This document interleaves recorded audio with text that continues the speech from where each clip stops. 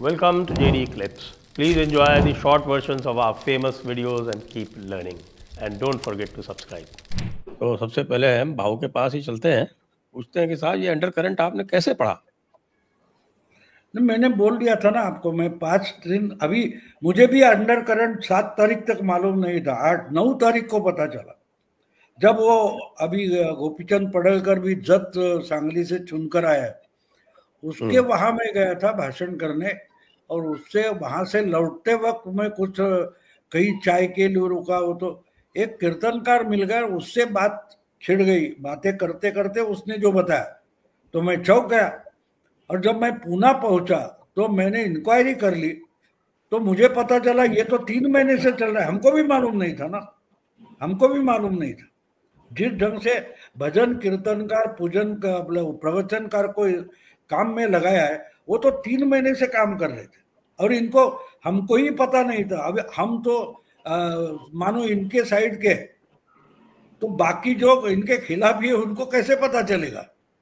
उनको पता तक नहीं था। मैं कल 2-3 दिन की बात है, मैंने 2-3 मराठी चैनल के एडिटर से मेरी बात हो गई तो वो हैरान हो गए, इनको अभी तक मालूम नहीं। वो मुझे बोलते कि कैसे हो गए ये, हमको क्यों नहीं पता चला? मुझे भी पता नहीं था ना। हाँ, लेकिन मैं तो घूमता नहीं, मैं तो मठी में बैठा रहता हूँ।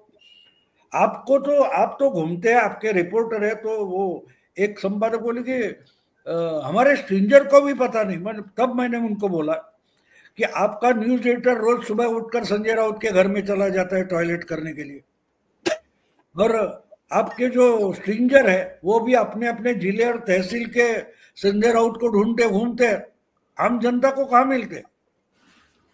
मैं तो आम जनता से मिलता हूँ और उनकी बात सुनता हूँ। अगर बात नहीं करूंगा तो वो क्या बोल रहे हो सुनता हूँ ना, उससे पता चलता है अंडर करंट क्या चल रहा है। क्योंकि लोगों के दिमाग में जो चलता है, अब तो जरांगे की आरती उतार रहे थे रोज हर चैनल पर, जरांगे मराठा रिजर्वेशन उसके ही प्रवचन चल रहे थे, आपको पता नहीं था। तो ये बात होती है ना, करंट अंडर करंट तो वहां से पता चलता है। अब ये बोलने के बाद मैं जो इस गांव में सातारा के हमेशा जाता था, पिछले 17 साल से जा रहा हूँ, वहां रुका था बहुत, मैंने गया नहीं था, तो उस गांव वालों से बात की तो बोले हाँ, अरे बाकी आरक्षण वगैरह होता रहेगा, लेकिन मराठा रहेंगे तो पहले हिंदू रहना पड़ेगा ना। ये आम लोग अगर बोल रहे हैं तो वो अंडर करंट होता है। आप किसी भी नेता को, किसी ऑर्गेनाइजेशन के प्रवक्ता से मिलेगा तो वो एजेंडा बोलता है, ना कि जनता का मानस बोलता है। आम जनता से बात करो तो वो उसका जो मन है वो बोल देता है, लेकिन आप उनका प्रतिनिधि करके बोलोगे तो वो उस संगठन का एजेंडा बोल देता है। और वही इन लोगों की गफलत होती है, रोज उठकर इसके बाद इसका बीट ये है, उसका बीट वो है, यानी आम जनता का कोई बीट ही नहीं है जर्नलिज्म में। आम जनता के मन में क्या चल रहा है मालूम है? अब देखो कितनी सिंपैथी मीडिया की थी, लेकिन मीडिया में इतने वोट नहीं है कि उसके दम पर उद्धव ठाकरे, शरद पवार और जीत पाएंगे। अब तो अभी भी पूरा फाइनल आंकड़ा नहीं आया। अभी लड़त किसमें चालू है मालूम है? एकनाथ शिंदे और एमवीए में लड़त चल रही है। बड़ा कौन है? उसके 57 है और इनके कुछ 52 वगैरह है। तो एमवीए ज्यादा बड़ी है, अभी तो 45 ही बचे हैं, बड़ा है, उस पर ही लड़त चल रही है। अभी देखते और 4 घंटे में क्या होता है। अभी तो इनके 45 ही बचे हैं। 20 उद्धव सेना के हैं, 15 कांग्रेस के हैं और 10 शरद पवार के। और शायद अभी उनका कंपटीशन है, इनको कौन हराएगा? क्या बोलते हैं, एकनाथ शिंदे हराएगा या अजीत दादा हराएगा? अजीत दादा 36-38 कुछ है, क्या उसके भी नीचे आएंगे? वो अभी तय होगा। 41 पे अजीत दादा 41 पे आ गया आंकड़े आने में। तो अब मैं चलता हूं सीधे अब ओंकार जी के पास। ओंकार जी, उद्धव सेना और कांग्रेस की लड़ाई में तो उद्धव सेना जीत गई, क्योंकि उद्धव सेना का जो प्रत्याशी था चीफ मिनिस्टर का, आदित्य ठाकरे, वो तो जीत गया। या आदित्य ठाकरे के पिताजी थे, तो उन्होंने पिताजी के जो थे प्रतिनिधि वो तो जीत गए, लेकिन उधर नाना पटोले भी हार गए और आपके बाबू बाला साहब थोराट भी हार गए। तो भाई ये तो बहुत ही पृथ्वीराज बुरा चौहान भी था। हार गए। जी, पृथ्वीराज चौहान। पृथ्वीराज चौहान भी हार गए। तो ये तो इतना बुरा हुआ, इतना बुरा हुआ। अब बीएमसी में क्या होगा? हाँ, मेयर तो इनका होगा। देखो, उद्धव ठाकरे बड़े भाई होने के लिए निकले थे, लेकिन सौतेले भाई होकर बच गए। अब ये है कि वो वहां तो रहे, लेकिन वहां अपने कोई सगे नहीं है, वो तो सब सौतेले है। तो ये उद्धव ठाकरे महाविकास आघाड़ी में रहेंगे, मतलब सौतेला भाई बनकर रहेंगे। यहाँ तो सगे भाई थे। और दूसरी बात है कि उद्धव के 20 नहीं आए, उद्धव के 18 है। 2 रश्मि ठाकरे के आए, एक बेटा है और दूसरा भांजा है। तो उद्धव के 18 है करके। और बिल्कुल वो परसों 2-3 दिन पहले मैंने एक वीडियो बनाया था, मेरा बेटा और मेरा भांजा मेरी जिम्मेदारी, बाकी सब तुम्हारी जिम्मेदारी। तो बेटा और भांजा चुनकर आ गया ना। और अच्छा, वो एक और शुरू भी से बोले, इंटरेस्टिंग बात है, मेरा परिवार मेरी जिम्मेदारी, तुम्हारा लेकिन परिवार तुम्हारी जिम्मेदारी। नांदेड़ का जो लोकसभा उपचुनाव था वो भी कांग्रेस हार गई। तो अब कांग्रेस तो 99 में भी नहीं रही, अब तो 98 पे आ गई और भारतीय जनता पार्टी 240 से आगे बढ़ गई। तो ये बताइए ओंकार जी, ये जो 31 की संख्या है, 30 की संख्या, और एक तो खैर इंडिपेंडेंट था, ये जो MVA ऑब्लिक इंडी अलायंस की जो 30 की संख्या है, ये कितने दिन सुरक्षित रहेगी? क्या अब 272 पूरी तरह से भारतीय जनता पार्टी पहुंच सकती है? देखिए, होने को तो राजनीति में कुछ भी हो सकता है संजय जी, और मोटा भाई जब चाहेंगे तो वो संख्या भी पूरी कर लेंगे, ऐसा तो हमें यकीन है। लेकिन जो परिणाम इस समय महाराष्ट्र का मैं देख रहा हूं, और जितना मैं महाराष्ट्र की राजनीति को समझ पाया हूं, ऐसा लगता है कि महाराष्ट्र की जनता ने ठगों को ठिकाने लगाया है। और ठग मैं क्यों कह रहा हूं? देखिए, 2014 में भी और 2019 में भी शरद पवार को और कांग्रेस को महाराष्ट्र के मतदाताओं ने रिजेक्ट किया था। ये कहा था कि आप विपक्ष में बैठिए, आप भरोसे के लायक नहीं हैं और हम आप पर यकीन नहीं करते हैं।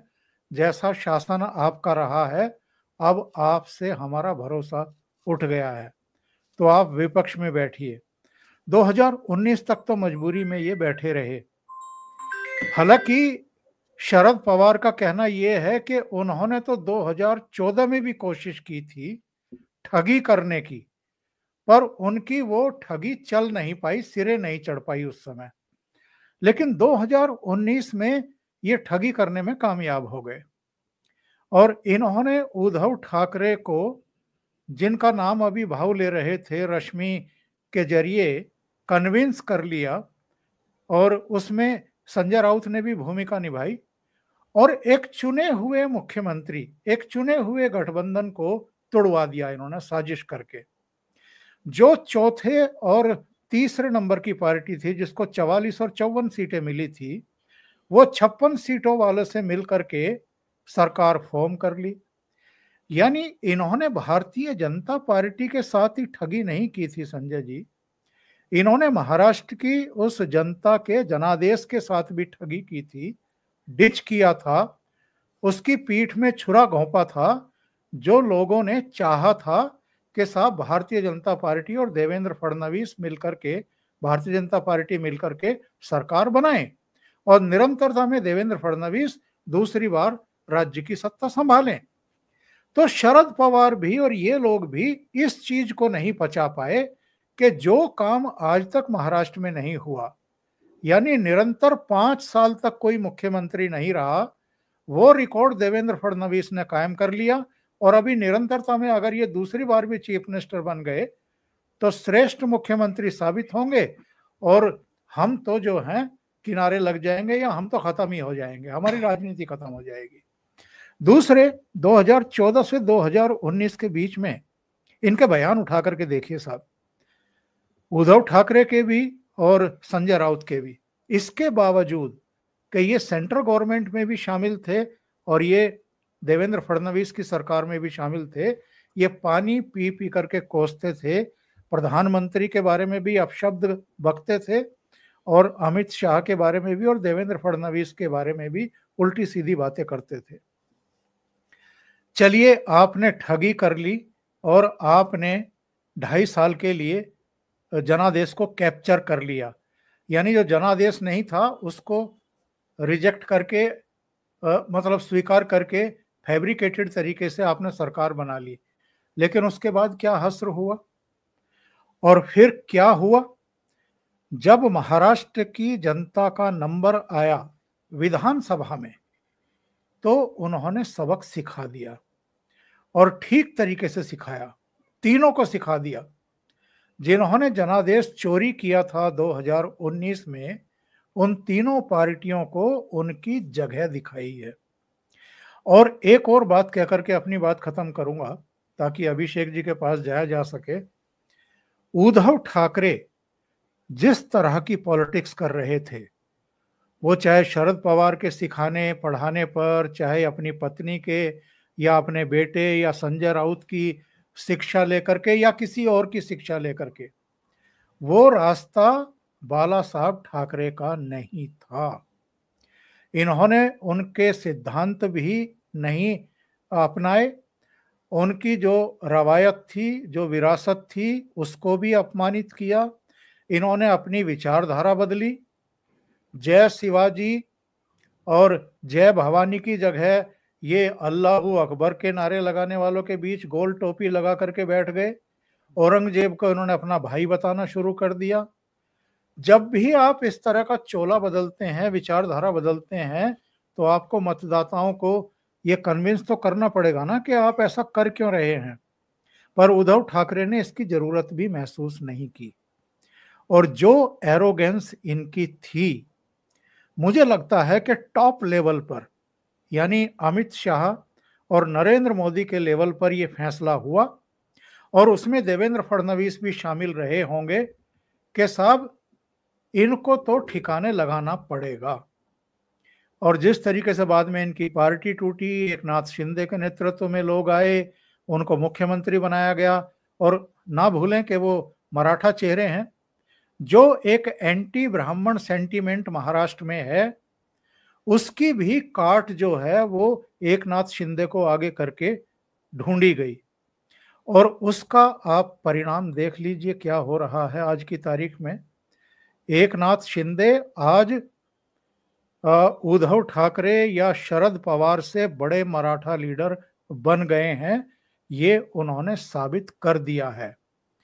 यानी उद्धव ठाकरे की जो हैकड़ी थी, और अगर और सीधे सच्चे शब्दों में अपने पश्चिमी उत्तर प्रदेश की शब्दों में कहूं तो कि जो बदतमीजी इन्होंने की थी बीजेपी नेतृत्व के बारे में और उनके खिलाफ, तो सारी हैकड़ी निकाल करके रख दी। उनकी पार्टी छीनी, उनका पहले मुख्यमंत्री का पद छीना, उनका चुनाव चिन्ह छीना, अब उनका वोट बैंक छीना और अब 3 में है न 13 में है। ये हुआ है महाराष्ट्र की राजनीति में।